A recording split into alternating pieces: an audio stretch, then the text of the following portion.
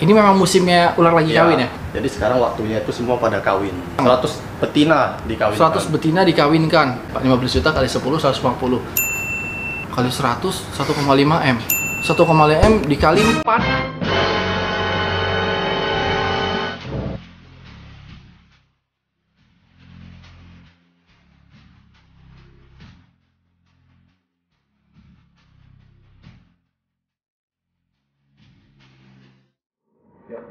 Halo sahabat, ketemu lagi di Logia Game Channel. Pada video kali ini saya bersama Ko David Suarez dari David Suarez Reptile. David Suarez Reptile. David Suarez Reptile. Ada YouTube-nya? Ada. Apa nama YouTube-nya? David Suarez Reptile. Instagram-nya? David Suarez Reptile. Ah, mantap gitu. Jadi sebelum-sebelumnya saya pernah bikin video waktu itu panen ular, dan itu mereka pada senang tuh penonton. Jadi wah, ular bisa panen dan luar biasa, hasilnya bagus-bagus. Dan saat ini saya mau membahas tentang pesta perkawinan ular. Jadi ini memang musimnya ular lagi kawin ya? Kayak kemarin itu kan kita ngeliputnya pas musim bertelur. Sekarang udah nggak ada, sekarang mulai masuk musim baru. Jadi sekarang waktunya itu semua pada kawin. Ini memang karena cuaca, atau memang bulannya, atau memang sengaja dikawininnya bareng-bareng, ini apa? Sebenarnya mereka bisa kawin sepanjang tahun, kapan aja bisa. Cuma saya sebagai breeder supaya teratur aja manage-nya. Jadi sekali musim kawin semua dikawinin, nanti musim panen ya telur ya panen masa itu. Biar nggak ribet ya, kalau sedikit-sedikit ribet. Iya. Gitu. Ada berapa kira-kira yang dikawinin? Ada 100 kali ada. 100 pasang. 100 pasang. 100 betina dikawinkan. 100 betina dikawinkan. Kebayang nggak? Kalau satu, waktu itu kan saya ingat tuh, satu betina bisa nelor 5 sampai 10-an bisa, cuma rata-rata 8. Iya, 8. Oke, 8 dikali 100, 800. Itu juga belum tentu jadi semua. 50% deh saya ambil. 400 kemungkinan, 400. Nah, saya kasih tahu harga-harganya nih. Yang paling murah kan kayaknya udah ngawinin yang normal aja, udah jarang. Tapi kadang-kadang kan suka keluar yang normal aja, kadang-kadang iya, nggak? Sekitar 3% lah kalau di 3%, itu udah kita lupakan 3%. Oke, dari morph yang ada itu kira-kira berapa yang termurah dan berapa yang termahal? Kalau morph yang termurah yang biasa gua keluarin itu sekitar 1 jutaan lah, 1,2, 1,5 gitu.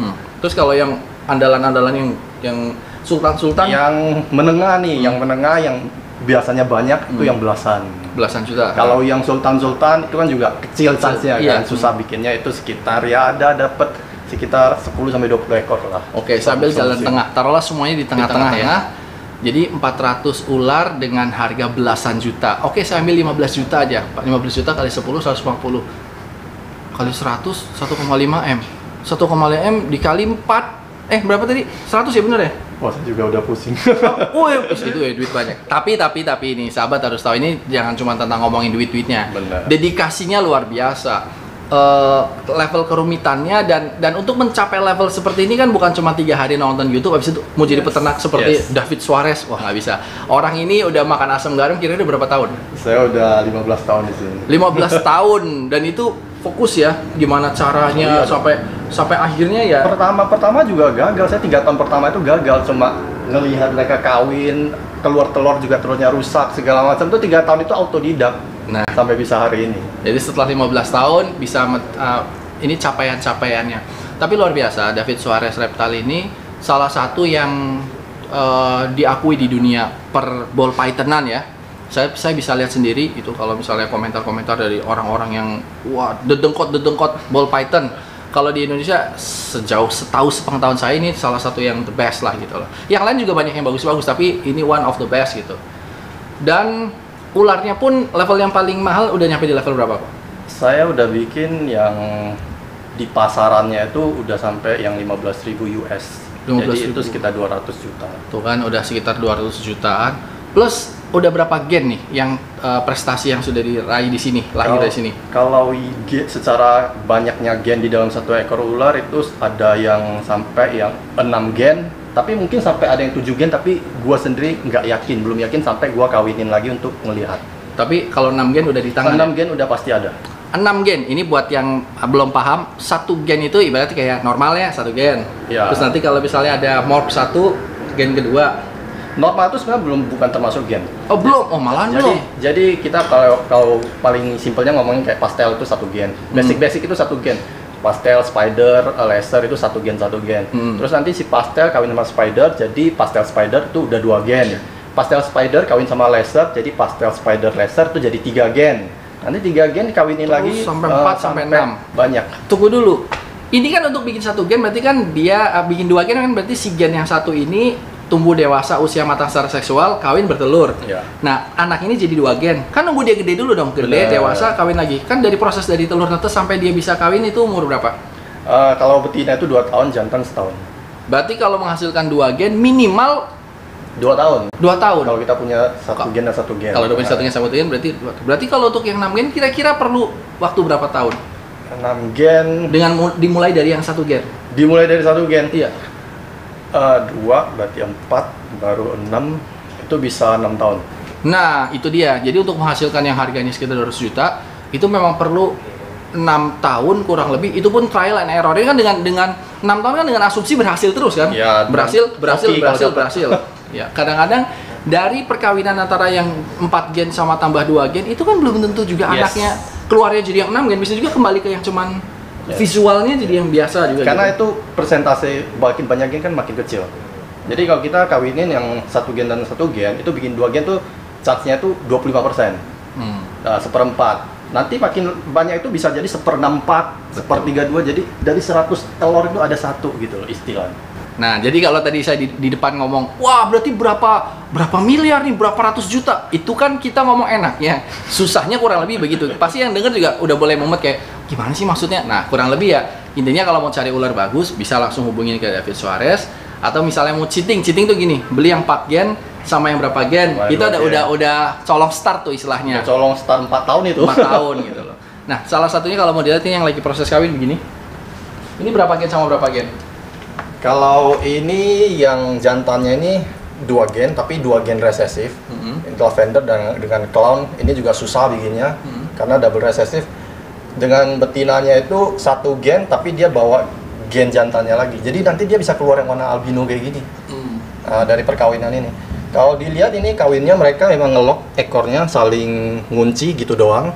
Dan ini bisa berlangsung lama. Biasanya yang jantan itu yang di bawah. Dia yang ngangkat ke atas ekor betina. Bisa berapa lama nih? 24 Bisa jam? 24 jam, kadang lebih tergantung stamina jantannya. Semakin lama semakin besar kemungkinan jadinya atau Enggak. Enggak juga? Enggak. Jadi ya ini mau berapa lama pun kita hitung perkawinan sekali. Ya, itu tidak menentukan persentase keberhasilan. Persentase keberhasilan itu dilihat itu dari masa betinanya punya sel telur. Kalau pas masuknya sel telurnya udah matang, jadi dia. Masalahnya kita tahu nggak selnya udah matang apa enggak? Itu kita nggak tahu. Kalau di anjing, kucing kita kan tahu birahi kapan, Iya. masa kawinnya kapan, kita Iya. gabungin jadi.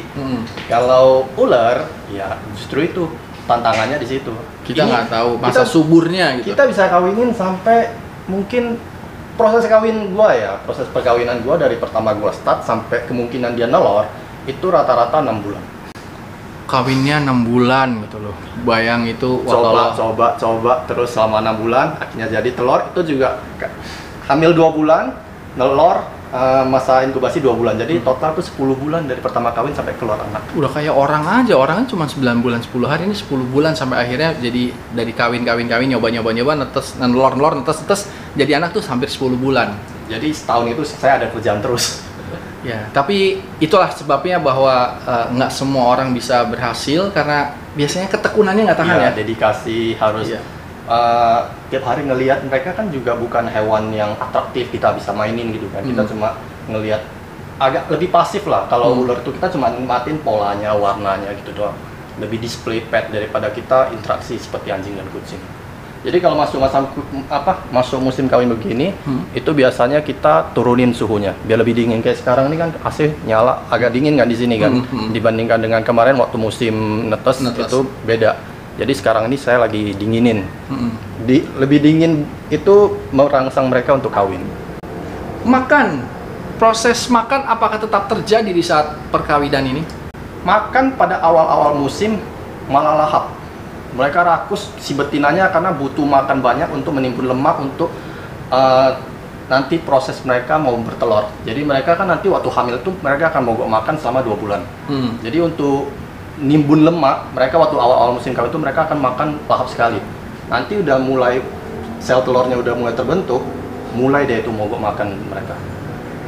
Jadi dari mereka sebelum hamil pun itu mereka bisa mogok makan sekitar 4 bulan sampai bertelur.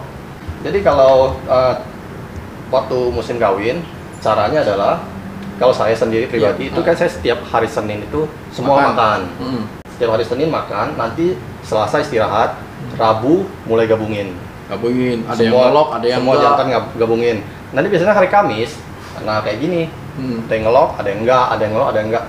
Nah kalau yang hari Jumat, yang udah ngelok hari Kamis kemarin, angkat, selesai tugasnya. Nah nanti Jumat kan, yang kemarin nggak ngelok, mungkin ada yang ngelok. Nah sampai hari Minggu, itu semua yang ngelok dan ngelok semua dipindahin balik. Nanti Senin kasih makan lagi. You know what, sahabat, ini sebenarnya bayangan saya ini bakal menjadi rahasia perusahaan loh. Saya nggak nyangka kalau David ini akan membahas ini. Saya basically sebenarnya saya udah tahu, tapi saya cuma ngeliat ini orang mau berbagi ilmu apa nggak. Tapi luar biasa Anda orang baik mau berbagi ilmu, karena banyak yang kebingungan sama bagaimana cara ngawin ular, suka bingung, tapi sudah dikasih tahu semua sama Pak David. Nah ini saya pertanyaan rada aneh. Seandainya nih hari ini dia pasangan ini, besok dirubah, itu mungkin nggak kawin lagi? Mungkin. Tapi perkawinan kita ngomongnya apa nih? Yang jantan atau betina diganti pasangan? Iya, ganti pasangan. Misalnya ini si betina nih, kan pas jantannya yang kuning ya. Terus kita tukar sama apapun, taruh. Apakah dia akan ngelok lagi? Kemungkinan besar? Kemungkinan besar ngelok bisa aja. Bisa aja. Tergantung jantannya. Iya. Tapi kita yang nggak boleh sembarangan campurinnya. Karena secara genetik itu akan kacau anaknya. Iya, pertanyaannya ke situ. Jadi maksudnya apa? Mungkin dia akan tetap kawin bisa juga. Bisa. Cuma nanti kita jadi nggak tahu itu anaknya siapa dan apa gitu. Anaknya itu kita bingung. Jadi bisa, saya kadang juga melakukan double sire itu namanya. Oh, itu namanya istilahnya double sire. Double sire, jadi bapaknya 2. Iya. Nah, tapi kita harus mengerti permainan genetik untuk melakukan hal itu.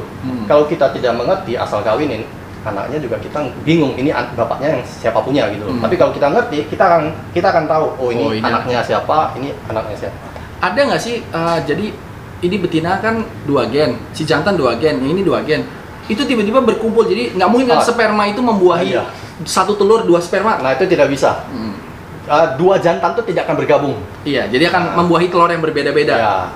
Jadi sering orang salah persepsi, asumsinya kita kawinin A, B, C, anaknya jadi ABC. Ya, bisa. Dia antara jadi AB sama AC, gitu doang. Jadi kalau permainan pembuahan ya, itu sebenarnya menarik kalau di ball python. Saya nggak tahu di reptil lain, saya kurang tahu, tapi yang pastinya di ball python, si sperma jantan itu bisa bertahan di badan betina itu sampai 2 tahun. Tidak main-main. Sekali kawin akan ini kayak sekali disentuh selama-lamanya gitu. Jadi saya pernah kasusnya tahun ini saya kawinin. Ternyata nggak nelor. Ya kan? Tahun berikutnya saya kawinin dengan jantan yang lain. Karena saya udah planningnya berubah. Iya. Saya kawinin dengan jantan yang lain, akhirnya hamil, udah bertelur. Telur anaknya, anak kan tahun lalu. Oh iya. Jadi bisa juga sekali kawin itu bisa buat 2 kali pembuahan gitu. Jadi sebenarnya perkawinan ini itu cuma merangsang sel telurnya. Untuk yang masuk ke dalam itu tergantung sperma yang masuk. Jadi bisa jadi yang tahun lalu itu masih di sana dan masuk gitu. Ini kan dia belum ngelok nih, tapi dia tumpuk-tumpukan. Kenapa nggak mencar? Tapi dia tumpuk-tumpukan, tapi deket ini apa maksudnya kok? Ini dia udah berusaha ngelok. Dia lagi berusaha ngelok tapi belum dapat posisinya. Jadi ini kepalanya di ekornya di kepalanya gitu. Oh, ada nggak penolakan? Misalnya dari betina memang nolak karena nggak suka misalnya, atau memang galak gitu? Kadang bisa. Jadi bisa terjadi kalau si betina itu belum siap, tapi digabungin, itu kadang dia nolak jantannya tuh pakai didorong gitu. Tapi kalau gigit nggak ya? Nggak sampai gigit. Kadang jantan lebih besar juga bisa kawin, nggak masalah. Yang penting jangan gendut ya itu. Cuma kadang agak susah mereka untuk ngelok karena si jantannya udah ogah-ogahan berkawin gitu. Ular posisi kawin atau istilahnya ngelok itu kayak apa? Ini kayak gini.